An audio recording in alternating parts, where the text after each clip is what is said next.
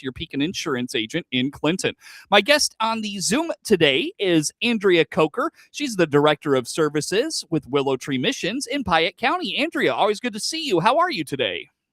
You too, Seth. I'm great. How about yourself? Not too bad. Thanks for making time for us. I know, like you said last month, summer very busy time for Willow Missions, and we're gonna talk about kind of a very I don't want to say niche subject, but just maybe a piece of DV that we don't really dive into a whole lot, and that is co-parenting after leaving a domestic violence situation and relationship.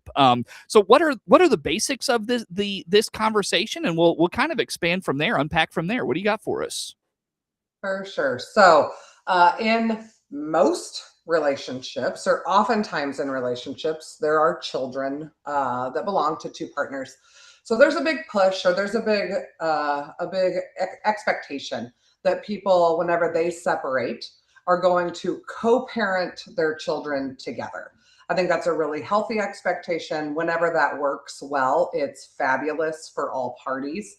And in most situations, whenever relationships end when there are children involved, that is an excellent goal to work toward. However, we cannot have the same expectation of people who end or leave a domestic violence relationship. So sometimes we as society put a lot of pressure on victims of domestic violence by setting an expectation that they need to be able to co-parent. And then on the flip side of that, also then that expectation becomes that they need to continue to be abused by their partner long after the relationship ends, just because they have children together. And so part of my job, or part of what we do, is to plan for those circumstances and plan for those interactions.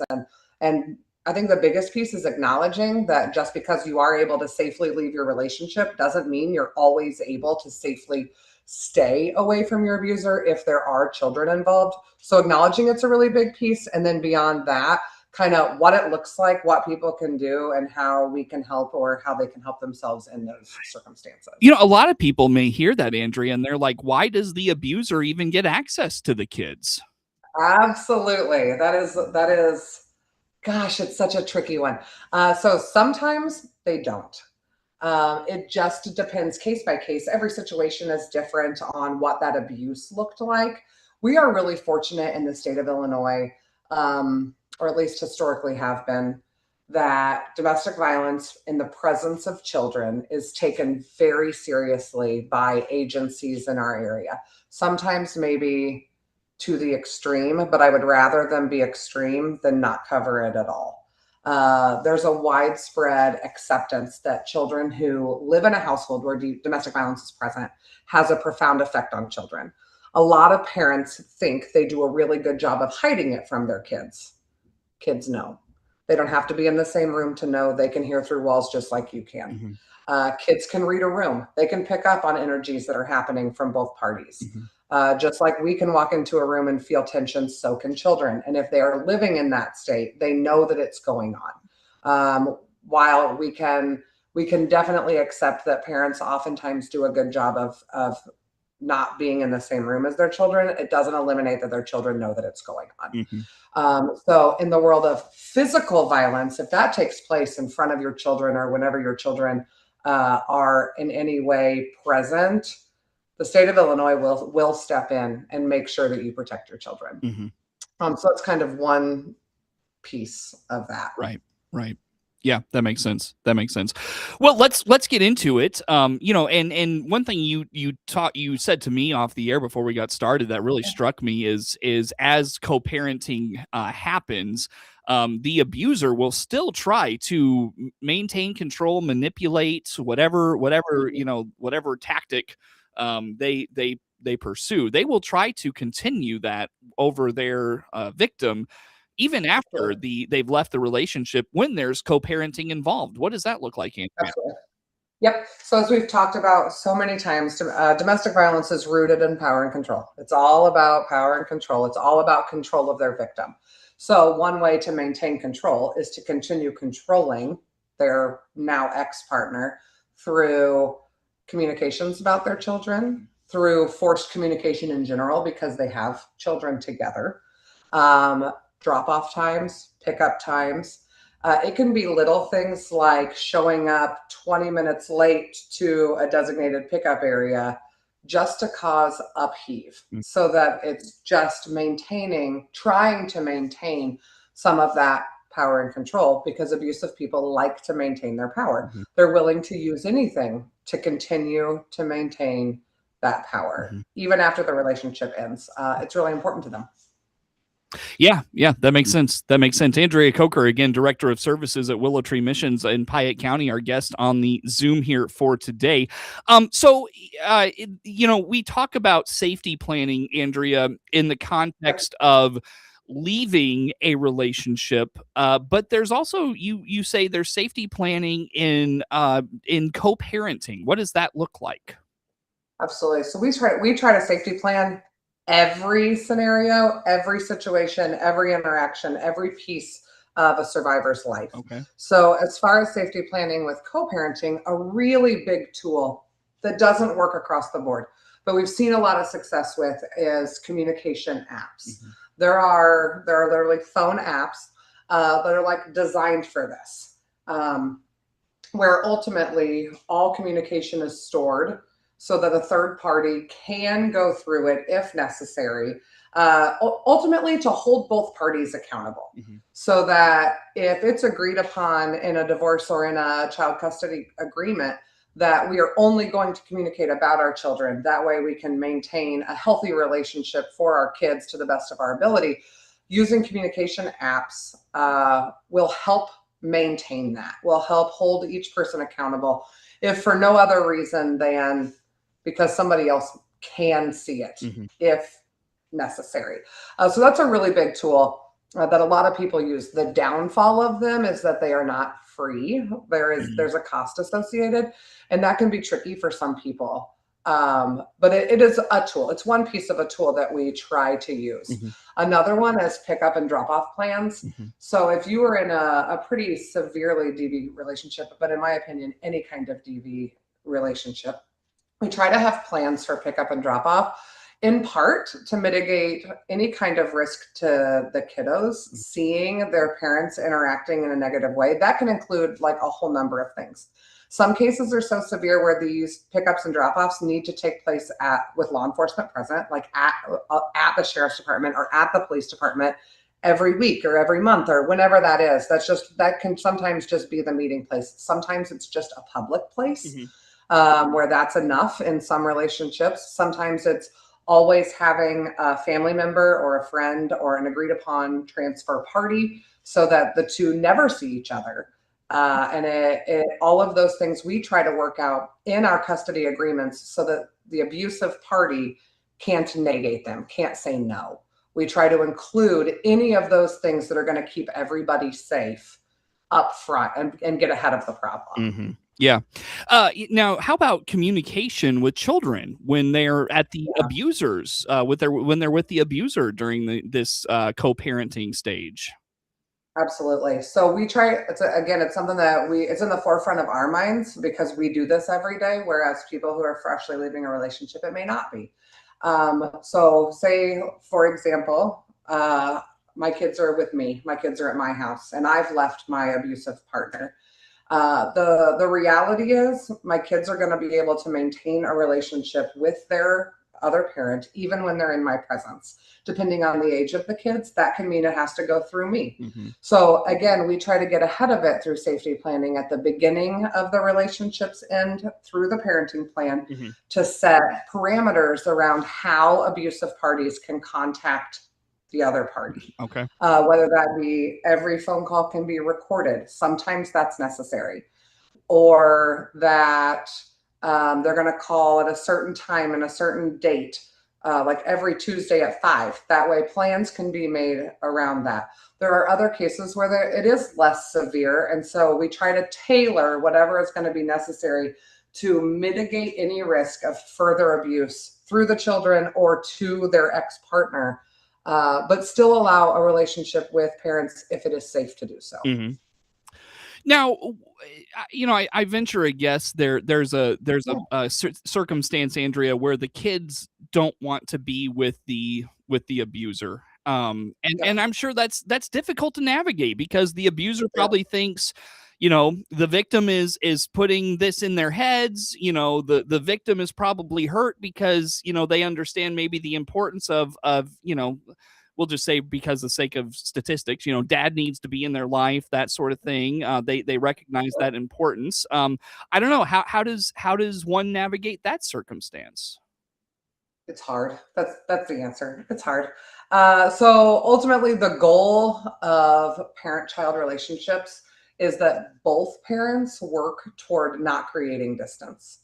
The end goal for a healthy child is going to be ultimately to create a safe space for your children. Mhm. If that means that you need to use the legal system to advocate that your children are not safe with your partner, that's an okay thing to do. It's okay to walk away from the societal norms and say, but my kids aren't safe there, and help play that out. Sure. The other thing that is important is no matter how much you dislike your spouse, if your children are safe with them, it is your obligation as a parent to help provide them with the ability to learn them on their own. Mhm. Children just need to be safe. Mhm. The downfall of that is that sometimes they aren't and you don't win.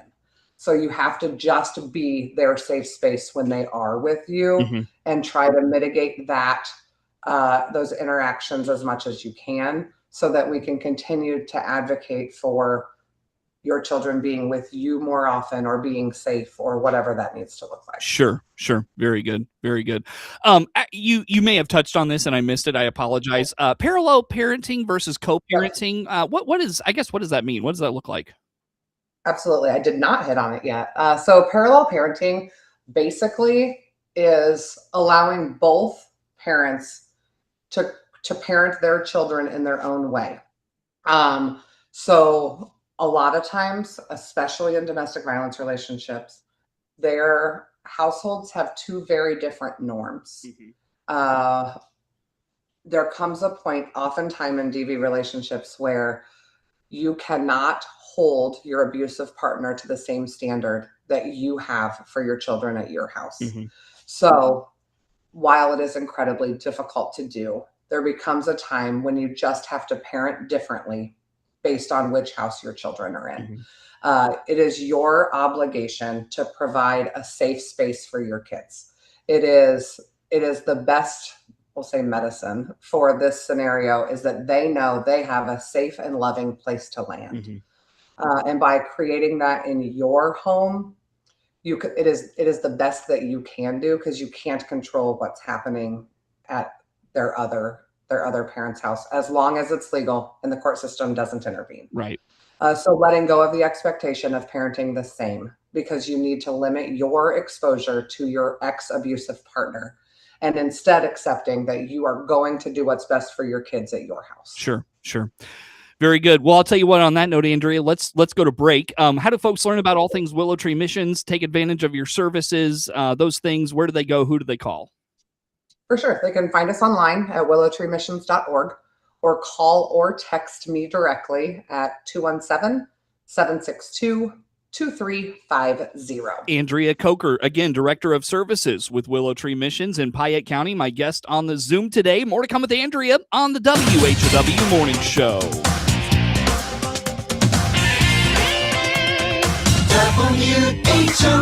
WHOW. Let's check the markets now on the RFD Radio Network. I'm Jim Taylor. Corn, beans, and Chicago wheat remain higher at this hour. July corn up 3.424. September corn up 3.425 and 3/4. December corn up 2 1/4, 4.44 1/2. July beans up 6 1/2, 11.32 and 3/4. August beans up 3 1/4, 11.36 1/2. And November beans 11.51 and 3/4, up 2 1/2. July Chicago wheat up 6, 5.98. July KC wheat is up 2 3/4, 6.26. July bean meal 3.07 even, up 40 cents. July bean oil up 48 cents, 67.50. Livestock trade August feeders down to $1.07, 363.07. August live cattle 241.37, down 45 cents. July lean hogs up 2 cents, 93.37. Energy market September Brent crude oil 70.79, down 78 cents. This is the RFD Radio Network.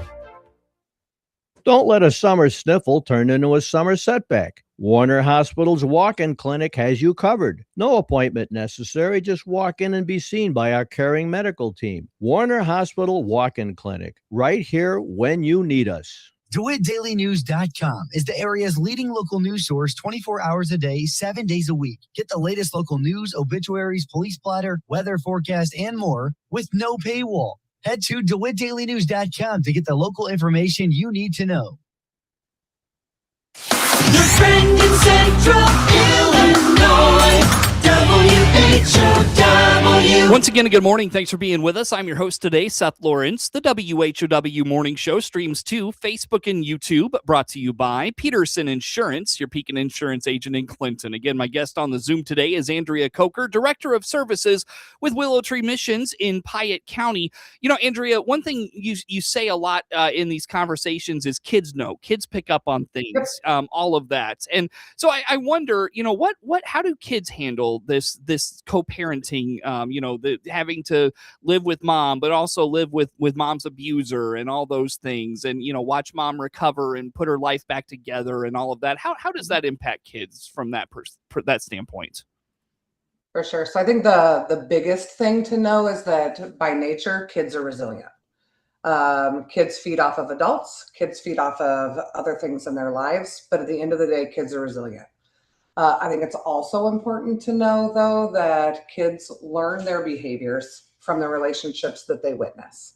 So living in a domestic violence relationship or maintaining a domestic violence relationship with your children present is teaching your children that that's what love looks like, that this is what relationships look like. We can talk to our kids about how I want to make sure you're never in a situation like I'm in, or it isn't okay the way mom talks to me, or it isn't okay the way dad talks to me. But at the end of the day, they are watching mom and dad all the time. Mm-hmm. So if they are seeing mom or dad stay in this relationship that's unhealthy, that they can pick up on, they know it's going on. We are ultimately teaching children then that this is what love looks like, and this is what love feels like. Mm-hmm. So on the flip side of that, by leaving the relationship, we are then teaching children, this is what it looks like to get away. This is what you should do in these situations. This is how you restart. This is how you rebuild. And then you teach the resilience. Mm-hmm.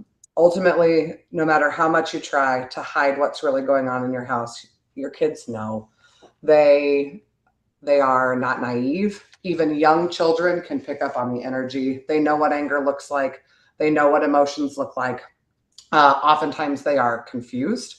And the biggest piece is that when a relationship does end and the domestic violence stops, children almost always feel relief. They are just grateful not to be in that environment anymore. Even if the world outside of that home isn't perfect, they're just grateful that it isn't domestic violence anymore. Mm-hmm. Yeah. Hitting home with that one. Yeah, for sure. I'll tell you what, Andrea, on that note, what can parents do to maintain consistency in a big transition like this? Absolutely. Things that seem really small, by starting simple routines like eating meals together at a similar time, bedtime rituals, kind of predictable schedules, so that in a world where kids have been living in an unpredictable world, they can start to feel a sense of normalcy and something that they can predict, and that they can have an expectation and then have comfort whenever those things happen, while also having an understanding that life continues to happen too. But anytime we can make kids feel safe and secure and know that how they are feeling is really a priority at this point, can really go a long way for kids. The other big piece is we just have to remind kids that it isn't their fault. Mm-hmm. A lot of times abusive people will also blame children, either openly or implied. So continuing to remind every child that none of this is your fault. None of it has anything to do with you, can alleviate some of that feeling of guilt. Sure. Andrea, I got about 1 minute with you. Do you mind just quickly running down how folks can either get a hold of you or someone at Willow Tree Missions to safety plan during co-parenting? Absolutely. We can be found online at willowtreemissions.org, where you can find resources for us and for anyone else in this area. If you're experiencing something and don't know where to land, you can at least start there, or you can call or text me directly at 217-762-2350. Very good. And I know your thrift store is a good resource as well. Can you highlight that for us? Absolutely. We operate 2 thrift locations, both in Monticello, one at 351 West Monroe Street and 100 East Washington, downtown Monticello, where ultimately we support ourselves. That's how we keep our doors open, is by selling things through our resale shop, but also anyone who's experiencing a domestic violence situation. That's also how we help people rebuild their lives by products donated through our resale shops. Very good. Andrea, you always bring great stuff to the table. Thanks as always for making time for us. You bet. And happy 4th, by the way. Your shirt is you too. today. Yeah, I'm very 4th of July. You are very good. Andrea Kocher, Director of Services with Willow Tree Missions, is my guest on the Zoom here for this morning. The morning show streams to Facebook and YouTube, brought to you by Peterson Insurance, your Pekin Insurance agent in Clinton. Network news comes your way next on the WHOW Morning Show. WHOW.